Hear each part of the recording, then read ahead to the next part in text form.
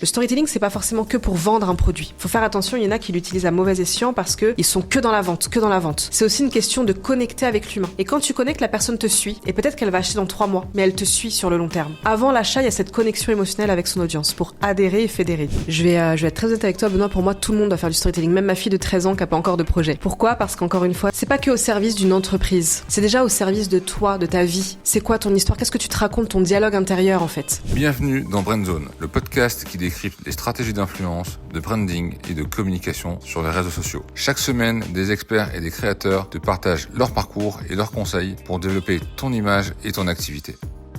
Aujourd'hui, nous recevons donc Céline Fuselier, donc tu es coach, média trainer, également journaliste. Est-ce que tu peux te présenter en quelques mots, s'il te plaît, Céline ? Oui, bonjour Benoît. Déjà, merci infiniment pour l'invitation. Je suis ravie parce qu'on va parler storytelling aujourd'hui et je suis fascinée par ça. Oui, aujourd'hui, je suis journaliste depuis une 20aine d'années déjà maintenant. Ça passe vite. Média trainer, coach en storytelling. Donc, concrètement, j'ai 2 casquettes. Je suis journaliste, donc j'ai longtemps travaillé dans les médias, autant dans une casquette d'enquêtrice, de casteuse, mais aussi dans les rédactions pour écrire des documentaires et des reportages.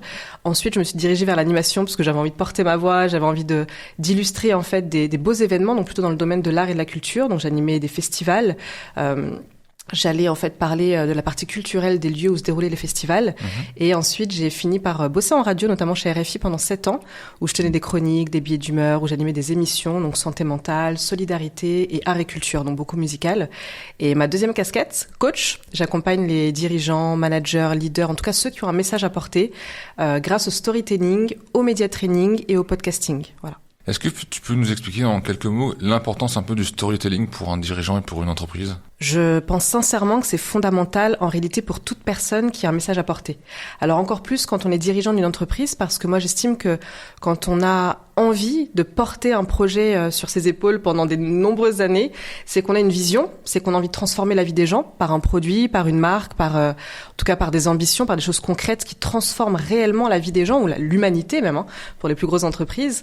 Et le storytelling, c'est un moyen de véhiculer en plus d'un produit, une expérience, des ressentis, une histoire. Donc les gens se projettent, ça humanise en fait une marque ou un produit ou un service, et ça permet en fait de se dire, ok, là j'ai peut-être pas de besoin, mais je vois vers là où ils veulent m'emmener, quelle expérience ils veulent me faire vivre, quelle transformation je vais réellement vivre grâce à ce qu'ils sont en train de créer avec cette entreprise et ce projet.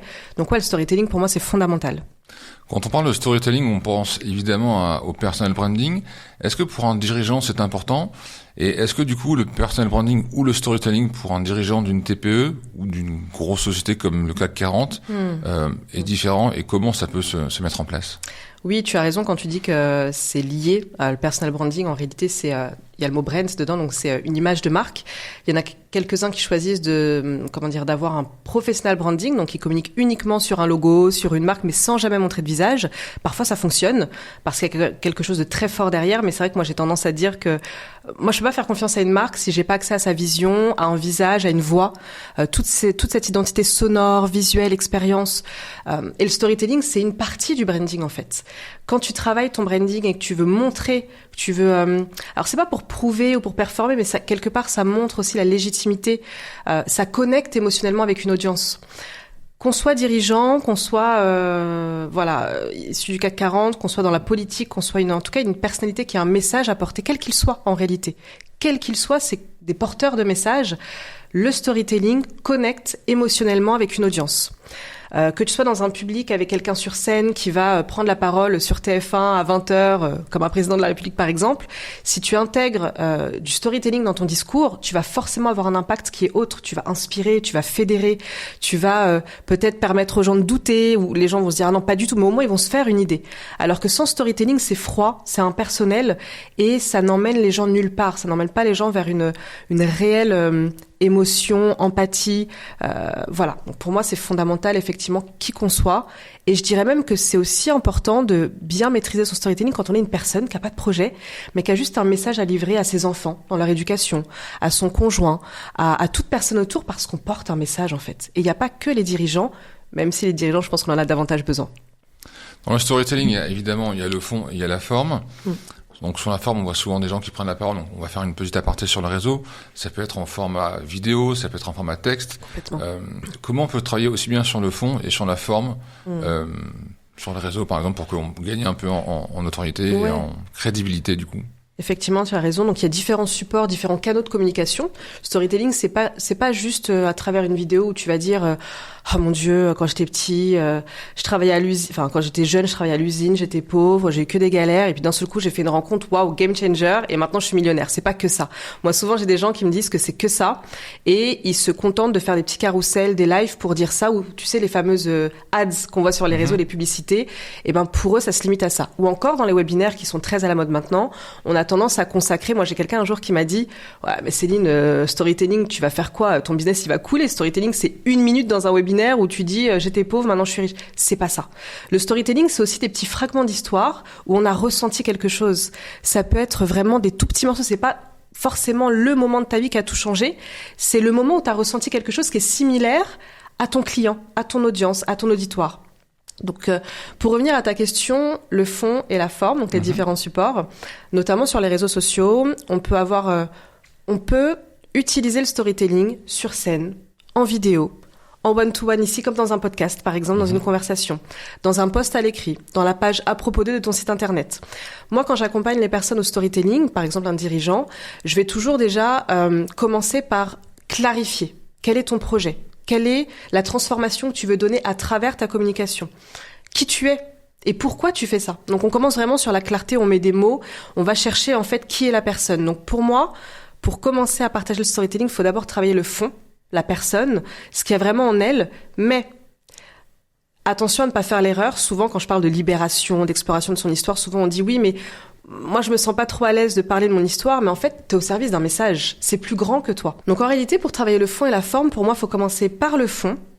Le fond, c'est vraiment se dire qui je suis, pourquoi, quelle vision, quelle transformation j'amène, quelle est mon offre, quel est mon projet, et quel message, à qui je donne ce message, parce qu'on va pas communiquer de la même manière si on s'adresse à des ados ou à des dirigeants qui ont 45 ans et qui ont déjà une expérience.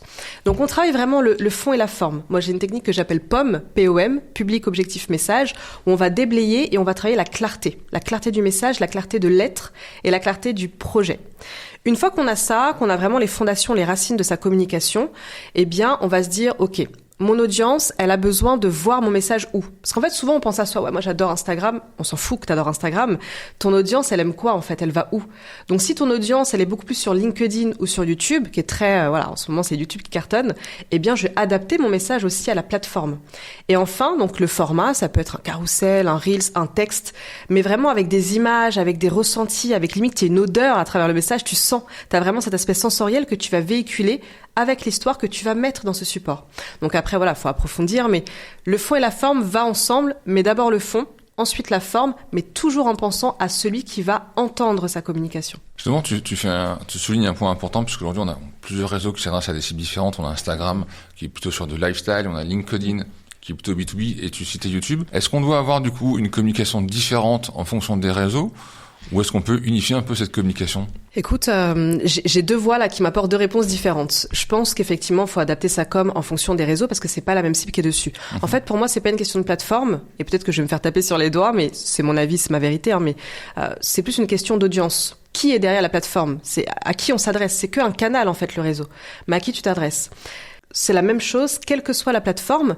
Parce qu'en fait, il faut faut arrêter de se prendre la tête, en fait. Des fois, on réfléchit à comment communiquer, etc. Alors, bien sûr, il y a une stratégie, il y a une structure, il y a des choses à mettre en place. Mais pour moi, une bonne communication, c'est 50-50. 50% on prépare, bien sûr. On réfléchit à comment bien poser les choses pour que ce soit audible, compréhensible, clair. Mais il y a aussi une part de spontanéité. Faut arrêter de se prendre la tête et juste parler à des gens. En fait, il y a de l'humain derrière la communication. Est-ce que je vais être écoutée? Est-ce que le fond de mon message va être entendu? Il y a beaucoup de gens aujourd'hui qui se perdent et qui parlent pour parler, qui parlent pour faire du bruit sur les réseaux, qui parlent pour être influents. Et en réalité, je pense qu'il faut revenir à quelque chose de beaucoup plus simple, beaucoup plus concis, beaucoup plus positif, beaucoup plus quand la personne va se connecter, il faut qu'elle ressente quelque chose et qu'elle ait envie de me suivre. Pas pour acheter tout de suite, juste déjà pour me suivre, adhérer et après tu peux être sûr que quelques jours après, le besoin il va se créer parce qu'elle aura tellement aimé la personne que t'es. Donc moi, il y a aussi cette part de spontanéité, donc je dirais en vrai, quelle que soit la plateforme, tant que tu poses les choses, que tu as les fondations, mais qu'après, tu es juste toi, et que surtout, tu es au service de ton message encore une fois. Alors, je voudrais parler un peu du fond et de la forme. Sur la forme, on voit souvent qu'il y a des tendances, notamment sur LinkedIn et sur Instagram, où un coup, on a la personne qui est assise derrière un micro, qui donne un conseil. Un coup, il y a la personne qui est debout, un peu en mouvement, comme si on était dans une scène de vie. Est-ce que c'est important ou au final, c'est le message qui prime au niveau de la forme, du coup? Alors, je suis convaincue que c'est le message qui prime, mais pour que le message soit entendu, la forme, elle est importante. On est tous différents. On n'a pas tous le même degré d'attention. Là, je vais vraiment parler de ceux qui écoutent un message. Donc, moi, si je consomme mes réseaux sociaux et que je scrolle, comme tout le monde, même si je crée du contenu, je vais scroller à un moment donné. Ce qui va capter l'attention, en fait, faut réfléchir à ce qui va capter l'attention pour que le message soit entendu. Si il y a beaucoup de gens qui ont des sublimes messages, malheureusement, il n'y a pas la forme, il n'y a pas de dynamisme, il n'y a pas tout ça, malheureusement, il reste aux oubliettes. Le message, il a beau être magnifique, s'il n'y a pas la forme. Donc, il faut réfléchir aussi à comment capter l'attention. On appelle ça un hook ou en tout cas une dynamisme. Il y a des gens qui vont être plus sensibles au visuel. Il y a des gens qui vont être plus sensibles à quelque chose de paisible, d'autres très dynamiques. Il y a des gens qui vont être plus sensibles au texte, à la poésie. Il y en a qui vont préférer quelque chose de vulgarisé. Donc en fait, on va adapter et moi je pense que c'est bien d'alterner les contenus pour pouvoir capter le maximum de personnes et que le message soit audible en fait, tout simplement. Et sur le fond, quand une personne quand un dirigeant souhaite parler de lui, est-ce qu'il doit parler de son expertise, de son parcours, d'anecdotes? Quand tu prépares un contenu, il faut toujours un peu le mettre en forme. Oui. On m'a toujours dit, en fait, tu démarres par un hook, comme tu disais à l'instant. Après, tu fais une petite analyse. Après, tu fais un exemple pour montrer un peu une mise en situation. Et tu termines par une question pour mettre en place de l'engagement. Est-ce qu'il y a une stratégie sur ça? Ou est-ce qu'il faut rester sincère et passer le message qu'on souhaite mettre en place, tout simplement? Oui, alors... il y a un peu des deux, encore une fois. Je pense qu'il faut quand même préparer un petit peu et je pense surtout qu'il faut tester plein de manières de faire. Ce qui va marcher chez toi, Benoît, va peut-être pas marcher chez moi, Céline, sur mon Instagram.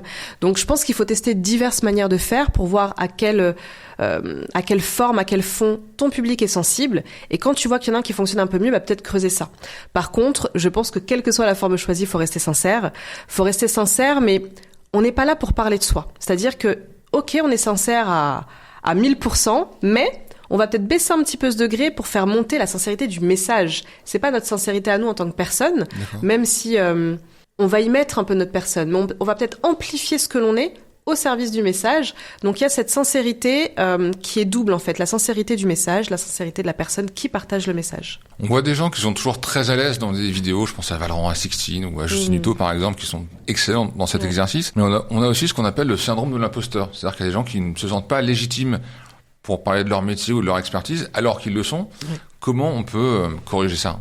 Alors ça, c'est bien que tu le soulignes, Benoît, c'est un vrai problème. Il y a beaucoup d'entrepreneurs qui... en fait, beaucoup de personnes, en réalité, je vais élargir ça, mais qui ne se sentent pas légitimes, qui ne se sentent pas confiants, qui ont peur d'être un peu une imposture et qui se disent « je sais pas si je peux, je sais pas si j'ai les épaules » ou alors... Ils sont très confiants dans la vie, mais peut-être des fois face à une caméra, c'est pas évident. En réalité, moi je pense et c'est d'ailleurs l'objet de ma méthode, moi c'est vrai que je pars vraiment du principe qu'il faut d'abord travailler sur soi. Il y a vraiment tout un aspect coaching mental avant de déployer sa communication. Pour moi, c'est vraiment une erreur fondamentale d'accompagner des personnes sur vraiment comment bien communiquer. Alors tu fais ça. Mais en fait, la personne, elle aura beau le tester 10 fois, elle va adorer ce que tu fais en coaching et puis juste après elle va le faire et ça retombe et après elle retombe dans ce truc j'ai pas confiance, je le fais pas. Sa communication, elle est pas bonne du tout. Donc pour répondre à ta question, il y a 2 points. Le premier point, c'est que quand une personne accompagne quelqu'un à sa communication, quelle qu'elle soit, que ce soit quelqu'un de l'équipe ou un coach, pour moi, c'est fondamental de travailler sur l'ego, sur la personne, sur sa profondeur d'esprit, sur sa clarté, sa conscience, sur son histoire. Et en fait, c'est pour ça que le storytelling, c'est magnifique comme outil. C'est pas juste je vends une histoire que j'ai un peu inventée, remixée au service de mon projet. C'est vraiment, ok, là aujourd'hui, en 2025, je suis telle personne, telle femme. Mais en fait, est-ce que je peux me rappeler 2 secondes de mon vécu ? J'ai vécu ça, même au-delà de ma naissance, tous mes ancêtres. Quand je suis née, quand j'ai grandi, 5 ans, 10 ans, 15 ans, 20 ans, il s'est passé ça, magnifique. Oula, là, il y a eu un bouleversement. Et puis là, je m'en suis sortie. Et puis là, j'y ai cru, je me suis battue. Et puis là, de nouveau, j'ai un peu tremblé. Enfin, en fait, tout son parcours. Et quand tu explores ton histoire, tu te rappelles d'où tu viens, tu te rappelles ce que tu as traversé. Donc le storytelling, c'est aussi ça. C'est pas forcément l'histoire que tu partages, c'est l'histoire que tu te remémores pour te rappeler tout ce qu'il y a en toi et pourquoi tu fais ça aujourd'hui. Et donc, quand tu as fait cette partie-là, tu te libères de certains poids, Ok, j'accepte, j'accueille, j'en fais une force. Ça, j'ai pas encore accepté, je travaille dessus. Et une fois que t'as fait ça, t'es beaucoup plus au clair et t'es confiant. Déjà là, tu récupères une confiance. Moi, c'est ça que j'aime faire avec les personnes. Une fois que cette partie-là, elle est faite, que t'as retrouvé un peu plus confiance en toi, tu te rappelles d'une chose. C'est pas toi qui parles. Alors, si, c'est toi qui parles, mais au service d'un message, comme je disais tout à l'heure. Moi, un jour, il y a une formatrice qui s'appelle Dawila Salmi, d'ailleurs, qui est une amie aujourd'hui, mais qui m'a formée à l'époque sur de l'art oratoire, du leadership. Et moi, pendant une dizaine d'années, quand j'étais journaliste, j'étais jamais satisfaite de mes prises de parole. Alors, je parlais, je m'apprêtais, je parlais, je voulais performer, je voulais être belle sur scène, je voulais être charismatique. J'y allais. Et je voulais justement absolument être authentique. Donc j'étais pleinement moi, c'est-à-dire un peu timide, mais j'ose. Donc on sentait un peu de timidité, mais on sentait que j'y allais. Puis quand je sortais de scène, je me disais, putain, je suis pas totalement satisfaite de ce que j'ai donné. Je pense que j'aurais pu être bien meilleure. Ça me saoule en fait que les gens le voient pas. Déjà, première erreur, je me focalisais sur le regard de l'autre. Deuxième erreur, j'étais focus sur moi, juste mon authenticité. Mais le message, il est où? C'est pas ça que je suis venue. Je suis pas venue montrer qui est Céline Fuselier sur scène. Et puis un jour, Dawila Salmi me dit, tu portes un message. En fait, prendre la parole, c'est prendre sa place. Mais prendre la parole, c'est être au service d'un message qui est plus grand que toi. Et en fait, là, ça a tout changé pour moi. Et c'est maintenant un peu ce que je prône, c'est-à-dire que t'as ton histoire, t'as ton authenticité. Mais t'es pas là sur scène ou dans un podcast. Là, tu vois, on n'est pas en train de montrer qui est Benoît et Céline. On est en train de montrer ce qu'est le storytelling. Et donc là, j'efface ma timidité que je peux avoir des fois dans ma vie perso. Et là, je reprends mon leadership, je reprends ma posture, ma respiration, je m'ancre. Et je me rappelle que là, c'est toute une génération de personnes, toute une humanité que je vais éduquer sur le storytelling et sur l'importance d'explorer son histoire et de bâtir sa légende avec une communication. Et là, la confiance, elle revient et tu peux prendre la parole pour vraiment impacter les gens, tu vois. Donc moi, c'est ça que je donnerais comme conseil. Alors, tu parles de messages et tu parles de parcours. Donc évidemment, on a toujours tendance un peu à parler de nos réussites. Est-ce qu'on doit aussi parler de nos échecs? C'est une bonne question. Ça, c'est souvent d'ailleurs la question que les gens se posent parce que souvent, tu vois, imaginons que tu viennes me voir pour me dire, je veux travailler mon storytelling pour le mettre au service d'un événement, d'une agence que je porte. Souvent, tu seras peut-être pas OK de parler sur un post d'un truc hyper douloureux qui t'est arrivé, qui regarde personne. Mais parce que c'est tendance de faire du storytelling, tu vas le faire, mais en fait, t'es un peu gêné de le faire. Mais t'es pas obligé de le faire. Et encore une fois, c'est pas ça le storytelling. Il faut faire la part des choses. Il n'y a pas de règle absolue. C'est-à-dire que moi, je pense que si t'es arrivé quelque chose, un bouleversement, un échec, il y a aussi le bon timing d'en parler. Des fois, il nous arrive un truc la semaine dernière et on en parle tout de suite. Mais c'est trop tôt parce qu'on l'a pas réglé. C'est pas encore résolu. Et donc, du coup, on bafouille, on est encore sous l'émotion, c'est pas le bon timing. Mais par contre, d'en parler dans 20 ans, c'est peut-être pas aussi le bon timing parce qu'on va en parler de manière froide. Il y a un timing aussi pour parler de certains bouleversements de vie, pour que les gens voient qu'en fait, tu l'as transformé en force. Tu l'as transformé en de la vérité. Les gars, écoutez-vous. Moi, j'ai vécu ça.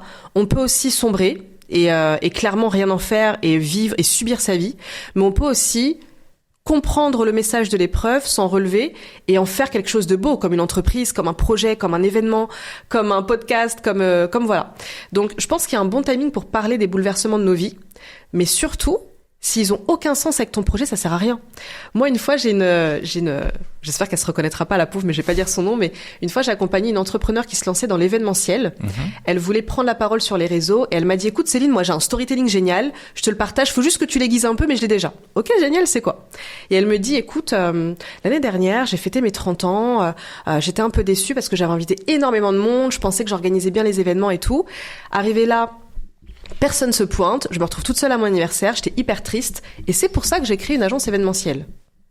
Mais je lui dis, mais tu te rends compte, il n'y a aucun lien. Donc, ok, t'as été seule, tu t'es senti mal, ok, tu crées une entreprise, mais il est où le pont? Il n'y a pas de lien. Donc, ce qui est hyper important aussi de se rappeler, c'est qu'il faut un lien. Donc, quelle est ton histoire? Quel est ton projet? C'est quoi le lien entre les deux? Faut qu'il y ait une transition, faut qu'il y ait un réel intérêt pour que ton audience, elle comprenne pourquoi tu parles de ça. Donc moi, je pense qu'il y a des choses qu'il faut taire, il y a des choses qui font partie de l'intime et qui font juste partie de ce qu'on doit libérer ou transformer, ou accueillir et accepter. Et puis il y a ce qu'on va choisir de partager parce que ça sert une cause, ça sert une vision. Et donc là, oui, c'est utile d'en parler, mais d'en parler de la bonne manière pour pas être une victime. L'idée, c'est pas dire, je vais prendre un exemple très fort, par exemple un viol, une femme qui subit un viol quand elle est plus jeune, et plus tard, elle a une entreprise hyper forte, elle veut en parler. Attention, faut en parler quand même d'une bonne manière pour que ça serve et que ça a un sens avec ton projet. Sinon, tu le gardes pour toi et par contre, t'en fais quelque chose ailleurs. Alors, c'est un peu touchy ce que je dis, mais l'idée c'est de dire que l'épreuve transformée doit être au service de ce que tu montres aujourd'hui comme réelle transformation pour que ça inspire les gens et pour que les gens se disent, en fait l'idée c'est de connecter émotionnellement. En face, ils doivent se dire, moi aussi j'ai vécu ça, ou j'ai pas vécu ça mais j'ai ressenti la même chose. Je lui fais confiance, je la comprends, on se comprend, donc je vais regarder ce qu'elle fait. Et quelques jours plus tard, j'adhère à ce qu'elle fait et j'achète ce qu'elle fait. En gros, c'est ça. D'accord, très intéressant. On a parlé du fond, de la forme et du message. Aujourd'hui, un dirigeant qui souhaite se lancer dans le storytelling, par quoi il doit commencer? Quelles sont les premières questions à se poser? Et comment ensuite franchir le pas, du coup? Les premières questions à se poser quand on veut construire son storytelling, c'est, encore une fois, comme on le disait tout à l'heure, c'est vraiment les fondations. Quel est mon projet? Quel est mon pourquoi? Quelle est mon histoire, qui je suis et à qui je m'adresse et quelle plateforme je vais utiliser. Donc quand on a tout ça, on prépare, on peaufine, on structure et effectivement peut-être voir d'un avis extérieur, que ce soit encore une fois un coach, une audience, sa compagne, peu importe, mais essayer de voir quel morceau de l'histoire fait sens et effectivement construire sa communication autour de ça. Mais je le rappelle, le storytelling, c'est pas utilisé dans toutes les communications. C'est pas dans chacun de tes posts, dans chacun de tes lives. En revanche, ça peut être intéressant de le sortir quand c'est utile de le sortir. Quand t'es sur scène et que tu sens que l'audience, elle déconnecte un peu, que c'est un peu soporifique, trop technique, trop expert, eh bien, tu peux parler d'images, tu peux imager ce que tu dis, tu peux rappeler une anecdote. Là, tu peux sortir ton storytelling pour véhiculer une émotion qui va être autre que de l'expertise. Donc, c'est pas tout le temps. Donc, pour le préparer, faut voir quand tu peux le dégainer, en fait, ton storytelling, quand c'est utile de le faire, quand tu te sens à l'aise de le faire, et préparer les fondations et le déployer.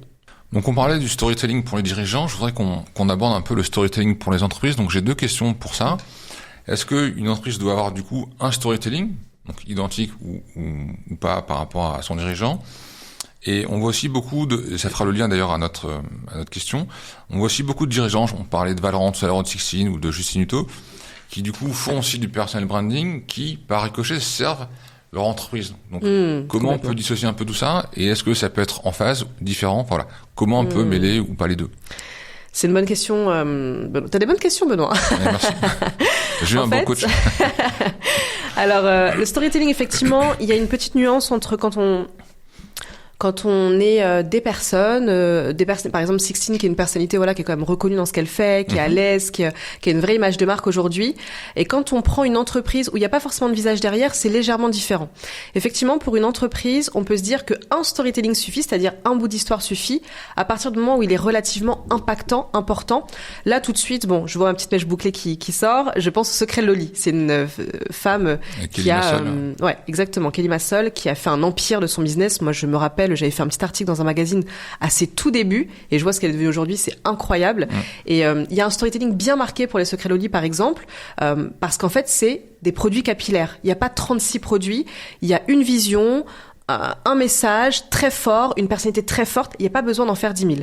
En revanche, quand tu es une personne, quand tu es une personnalité par exemple comme Sixtine ou comme, je sais pas moi, toutes les personnalités qu'on voit un peu sur les réseaux, là, pour moi, tu dois avoir plusieurs morceaux de ton histoire parce que tu as plusieurs messages. À un moment donné, tu vas parler de ton agence, ton média, le crayon par exemple. Tu vas parler de ton média. À un moment donné, tu vas parler de l'importance du sport, de la boxe, de la combativité. Elle fait de la boxe, je vois qu'elle partage souvent. Des fois, tu vas parler d'un talent que tu accompagnes. Donc en fait, il y a différents axes, différents angles. Et à ce moment-là, tu peux avoir différents bouts de ton histoire. Peut-être qu'une fois, tu vas parler d'une épreuve dont tu t'es relevé. Parfois, tu vas parler de ta fierté d'être maman. Parfois, tu vas parler de ce que ton père t'a enseigné. En fait, ça fait sens, c'est ton histoire, mais tu peux sortir différents fragments parce qu'il y a différents messages, tout simplement. Comment on crée une histoire de marque qui donne envie d'adhérer? Ou quelle histoire on peut raconter à quelqu'un pour du coup que le public adhère et suive ton message du coup? En réalité, dans ta question, pour moi, le mot important, c'est adhérer, fédérer, connecter. Il n'y a pas de bonne manière de faire une histoire. Alors oui, on peut suivre, on va mettre une accroche, un contexte, on va ensuite raconter l'histoire. Alors il y a, tu sais, on va parler de, le fameux triangle, le persécuteur, sauveur, machin. Moi, je suis pas forcément dans ça. Moi, ce qui va m'intéresser, c'est la connexion émotionnelle avec l'audience. Quelle émotion je fais ressentir? Faut faire attention à ça parce que pour qu'une audience, on va parler d'un public ou de followers. Pour qu'une audience, elle fédère, c'est pas tant le schéma de l'histoire qui va primer. C'est le style de personnage que tu vas mettre, tu vois, par exemple, dans des films, moi j'étais fascinée, j'étais formée par ça au début, dans les scénarios de films, t'as toujours différents types de personnages. Tu vas avoir le sage, tu vas avoir l'expert, tu vas avoir le casse-cou, tu vas avoir celui qui est un peu fébrile et vulnérable. T'as différents types de personnages. Donc pour moi, une bonne histoire déjà, c'est trouver l'angle de ton histoire où il y aura ce personnage qui va coller à ton audience. Ensuite, quelle émotion ?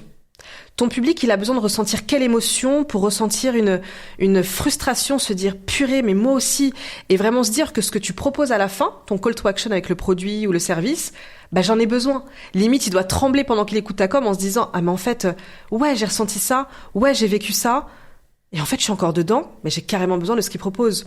Donc c'est une question de personnage pour s'identifier et une question d'émotion et bien évidemment un call to action derrière. Le storytelling, c'est pas forcément que pour vendre un produit. C'est pour ça que faut faire attention. Il y en a qui l'utilisent à mauvais escient parce que ils sont que dans la vente, que dans la vente. C'est aussi une question de connecter avec l'humain. Et quand tu connectes, la personne te suit. Et peut-être qu'elle va acheter dans 3 mois, mais elle te suit sur le long terme. Donc il y a avant l'achat, il y a cette connexion émotionnelle avec son audience pour adhérer et fédérer du coup. Alors justement, c'est très intéressant. Pour toi, c'est quoi un bon storytelling ? Et est-ce qu'un bon storytelling est un storytelling réussi ou pas forcément ?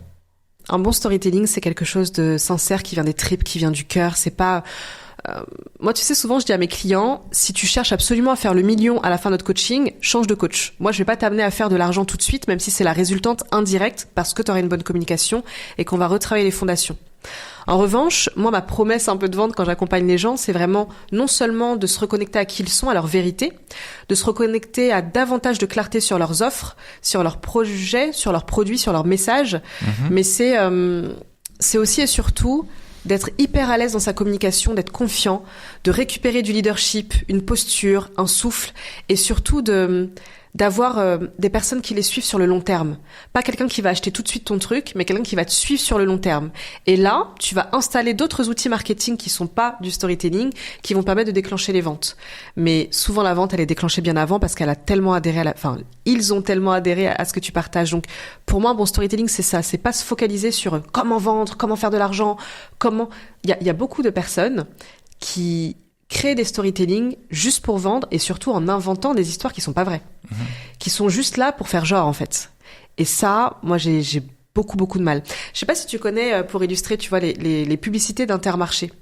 Je trouve qu'elles sont géniales parce qu'elles mettent beaucoup d'humains. Et là, tu vois, dans ce type de pub, par exemple, qui sont très marketing, c'est clairement pour amener des clients chez Intermarché ou pour prôner leurs produits. Il y a beaucoup d'humains. Il y a souvent des histoires d'amour qui se passent dans les rayons. Il y a des potes. Enfin, il y a beaucoup d'émotionnel et c'est ce genre de choses qui fonctionnent plus que tu veux gagner des millions. Et ben, fais comme moi. Enfin voilà. Donc c'est ça pour moi un bon storytelling. Est-ce que parfois le storytelling peut être une forme de manipulation quand on raconte une histoire du coup ? Ah bah oui, clairement, ça peut être une manipulation, mais quand c'est mal fait, quand c'est fait pour les mauvaises raisons, ou alors c'est une manipulation, mais je dirais plutôt une inspiration, une influence. C'est-à-dire qu'il y a la manipulation négative quand tu veux manipuler une foule, des gens. Alors, pardonnez-moi les politiques, mais parfois c'est ce qu'ils utilisent. D'accord. Ils sont accompagnés pour manipuler une foule et ils vont sortir des trucs. Tu vois, par exemple, quand... alors, je vais pas dire de nom. D'accord, je dis pas de nom, je veux pas de problème.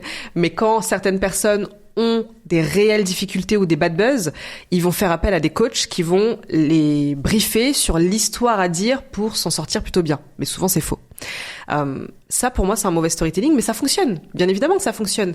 Il y a des grosses personnalités, des Elon Musk, des présidents de la République, des Jeff Bezos qui utilisent du storytelling, mais on ne sait pas si c'est vrai ou pas, et souvent, c'est pour s'attirer la sympathie, ou des fois, c'est un gros flop. Par contre, un bon storytelling, on va revenir plus sur la sphère des dirigeants, des entrepreneurs, c'est quelqu'un qui est vrai, qui dit des choses qui sont vérifiables, qui sont vécues, qui sont ressenties. Et là, ça se sent dans la communication si c'est vrai ou pas. Mais c'est surtout un bon storytelling, c'est surtout, encore une fois, celui qui permet aux gens de s'identifier. Et pour revenir à la manipulation, donc il y avait la négative, mais il y a la positive. Et la positive, en fait, c'est l'inspiration. Quand moi, si tu manipules verbalement, mais que ça m'inspire... Alors, le mot manipulation n'est pas bon, mais c'est pour dire qu'en fait, c'est la même chose.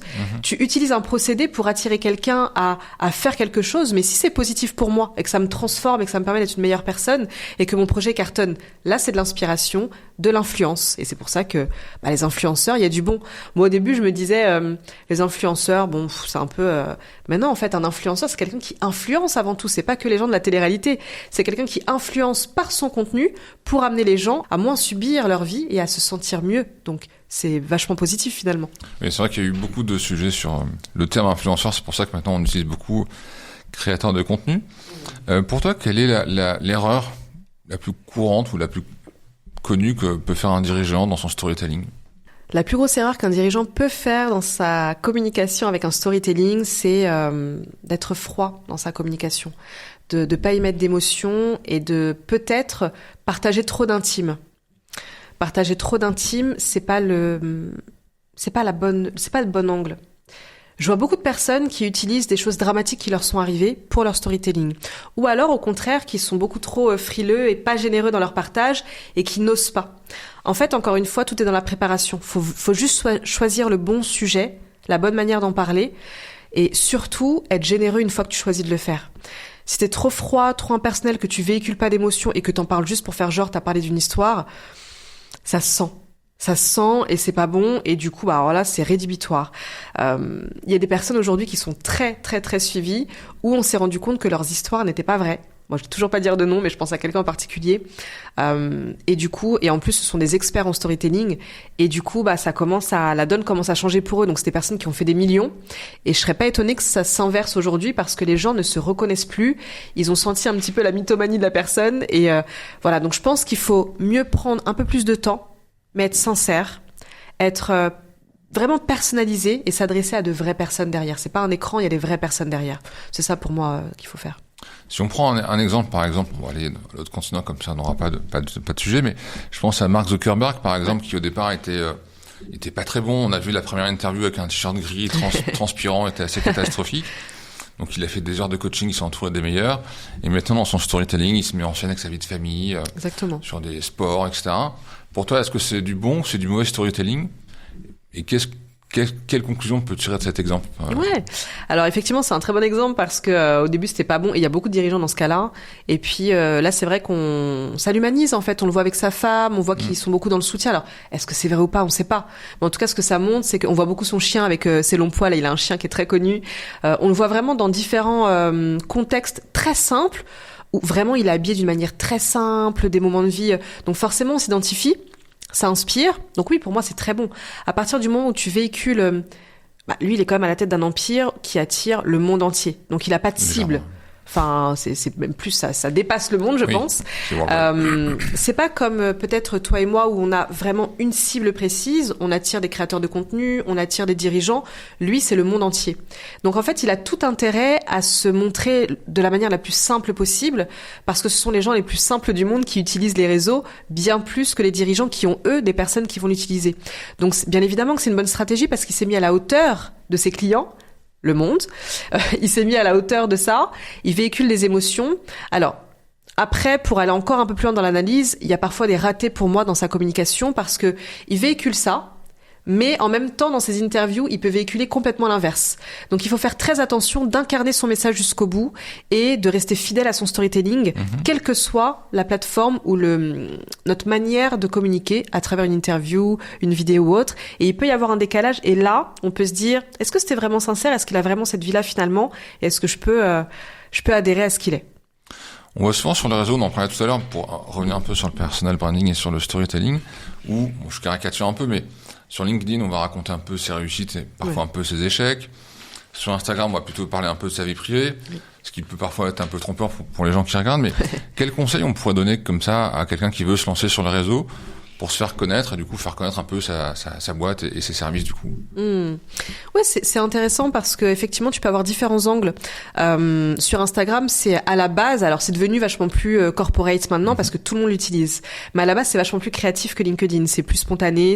À la base, c'est une galerie de photos, d'images, alors que LinkedIn c'était davantage des posts. Donc moi, je pense qu'on peut avoir un même message. Par exemple, on travaille un post, le même message, le même storytelling, mais on peut le décliner avec des silences, des mots, des images complètement différentes. Tu as pas... Moi, d'ailleurs, c'est ce que je fais aujourd'hui. Alors, je sais pas si ça fonctionne ou pas, mais moi, c'est ce que je trouve qui fonctionne. Le même message, Par exemple, tu veux parler de ce moment douloureux qui t'a permis de te relever et de te battre pour créer ce projet. Ok. Tu vas faire un post sur LinkedIn avec une image qui illustre ça. Sur Instagram, tu vas faire un Reels hyper dynamique où il y a vraiment de l'émotionnel, où il y a une musique, etc. Sur TikTok, tu vas faire le même message en 5 secondes pour être très rapide et beaucoup plus jeune, donc avec des mots vulgarisés. Donc tu peux prendre le même message, mais l'adapter à la plateforme. Je viens du monde de la télé où en fait, notamment dans les journaux télévisés, on doit apprendre un peu à vulgariser une information, quelle qu'elle soit, simple, compliquée, en 1 minute 30, qui est un peu un sujet JT. Si on faisait un petit parallèle avec l'émission Qui veut être mon associé, où tu as des gens qui doivent pitcher en 1 minute 30, à la fois leur histoire, parce qu'il faut toucher un peu les gens à qui tu parles de ton projet, tu veux aussi parler de ton projet, et potentiellement des chiffres. Quel conseil tu donnerais comme ça à quelqu'un qui doit, en 1 minute 30, pitcher sa vie, son œuvre? C'est pas facile, hein. Non. Moi, ça me frustre, c'est 1 minute 30. Moi, j'ai plus tendance à 3 minutes, mais c'est vrai que des fois, on peut pas. Alors, il y a différents pitchs. On parle du pitch elevator, par exemple. Donc, t'es dans l'ascenseur, tu croises quelqu'un, tu dois savoir pitcher. Pour moi, un bon pitch, c'est en 5 étapes. T'as l'accroche. L'accroche, ça va être vraiment, ça peut être une citation, un truc drôle, un truc qui va capter l'attention, un constat. Un hook. Donc, un hook, voilà, complètement. Donc, l'accroche, ça va être vraiment la petite phrase qui va capter l'attention, et qui va permettre aux gens de se dire, ah ouais, qu'est-ce qu'il va dire derrière? Ensuite, tu vas avoir l'idée forte. L'idée forte, en une phrase, tu dois pouvoir la résumer exactement. Là, on ne parle pas de détailler, de vraiment rentrer dans les spécificités, mais vraiment l'idée forte, en une phrase, c'est quoi? En une phrase, on doit comprendre ce que c'est, mais on doit encore tendre l'oreille parce qu'on n'a pas tout à fait compris. Derrière vient la problématique. Tu peux pas attirer quelqu'un si tu ne réponds pas à une problématique et que tu as une solution forte à apporter. Donc, tu fais un constat d'une problématique qui vient de ta cible. Aujourd'hui, donc vraiment la problématique. Juste derrière, bien évidemment, la solution que t'apportes. Ensuite, vient le moment justement branding, où tu vas parler de storytelling, de branding en 2-3 phrases. Ça peut être vraiment concis, mais où tu vas donner ce moment émotion, légitimité, image, vraiment le branding en fait. Et à la fin, le call to action, bien évidemment, parce que derrière le pitch, c'est pour soulever des fonds, c'est pour attirer l'attention, c'est pour qu'on clique sur ton site internet, sur tes réseaux. Donc pour moi, c'est ça les 5 bonnes étapes. Alors après, bien évidemment, 5 en 1 minute 30, c'est compliqué. Mais l'idée, c'est de bien réfléchir dans le fond, de brainstormer sur tout ça et de revenir encore une fois à l'essentiel. Pourquoi tu fais ça? Vraiment se poser et ensuite de conciser les phrases avec les bons mots, mais attention avec les bonnes respirations, avec la bonne posture. En fait, un bon pitch, c'est aussi dans la posture. C'est comment tu vas. Si tu fais un excellent pitch avec les mots, mais que t'es comme ça, que t'y crois pas, que tu bégayes, que tu trembles, tu peux trembler quand tu fais ton storytelling parce que ça te reconnecte au vrai, à l'humain. Et ça, l'idée c'est pas de faire semblant, mais quand tu le fais sans faire exprès parce que c'est vraiment une émotion, forcément ça touche. Mais tout le reste, ça doit être calé, carré, ancré, posture, silence. Il y a une espèce d'interaction invisible aussi avec la personne qui est en face pour qu'elle se sente concernée. Donc après, faut conciser avec les bons mots. Et là, tu cartonnes ton pitch. Hyper intéressant. Quand tu parles de storytelling, c'est vrai qu'on pense souvent à des patrons de start-up, du CAC 40, ou en tout cas des gens qui ont des boîtes qui vendent des services. Est-ce qu'un artisan, que ce soit un boulanger, un agriculteur, ou un agriculteur, doivent aussi faire du storytelling dans leur communication ou pas forcément, comme c'est surtout des magasins de proximité? Je vais être très honnête avec toi, Benoît. Pour moi, tout le monde doit faire du storytelling. Même ma fille de 13 ans qui a pas encore de projet. Pourquoi? Parce qu'encore une fois, c'est pas que au service d'une entreprise. C'est déjà au service de toi, de ta vie.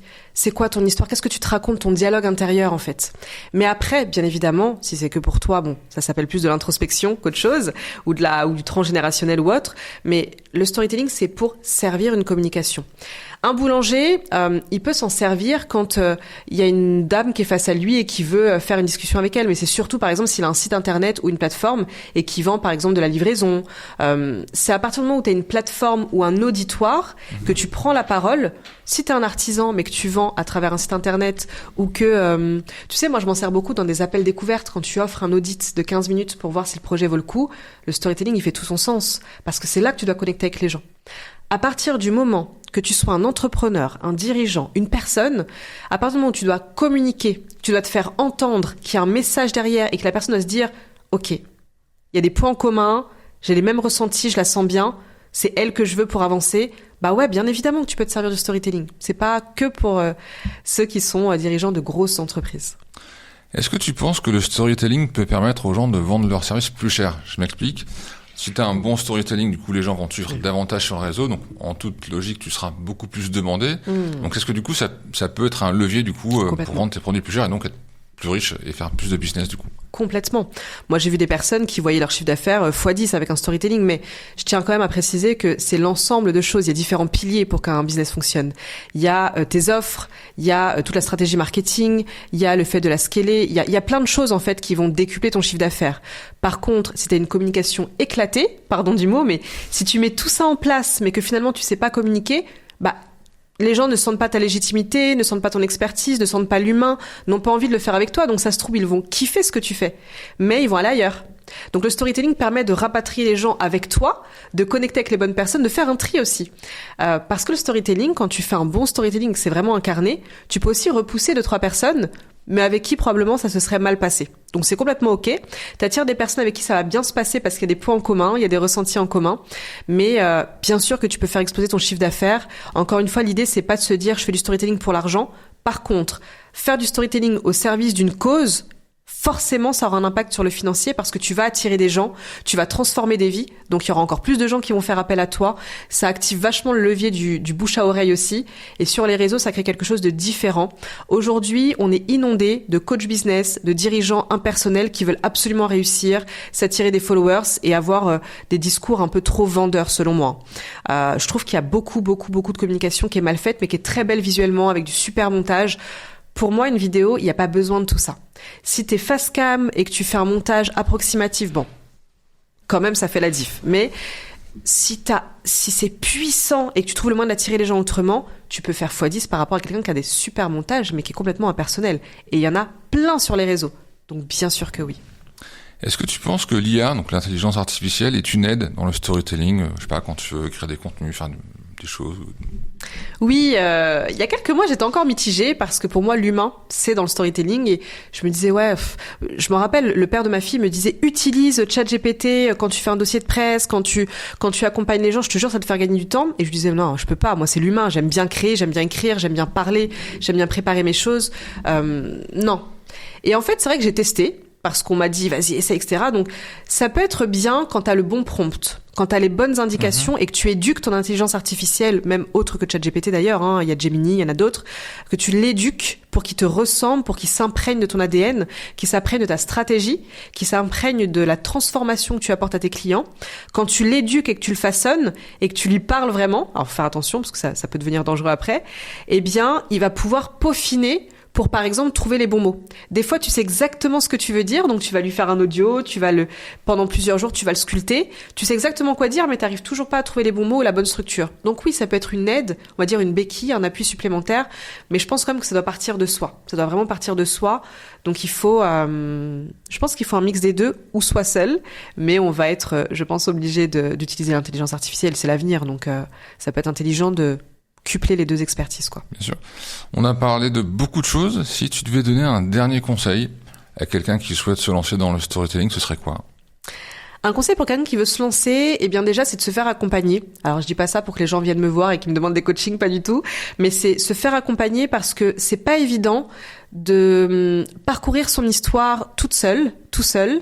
C'est pas évident de trouver les bons axes. C'est bien d'avoir un regard extérieur. Ça peut être quelqu'un de l'entreprise, de la famille qui t'aide à y voir plus clair sur l'ensemble et sur la structure pour pas se louper. Parce qu'un mauvais storytelling, ça fait plus de dégâts que pas de storytelling du tout. Bien sûr. Et pour moi, le deuxième conseil, ce serait d'abord d'y voir plus clair sur ce que tu es et sur ce que tu partages, sur ce que tu opères comme transformation.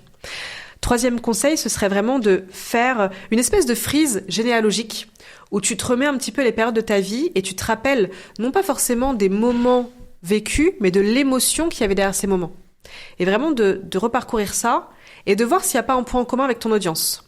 Et enfin, troisième conseil, c'est tout simplement de trouver ces points en commun avec ton audience et de réfléchir à ce qui sert ton message, ton projet et de faire le lien entre les deux et de créer une superbe communication et de tester.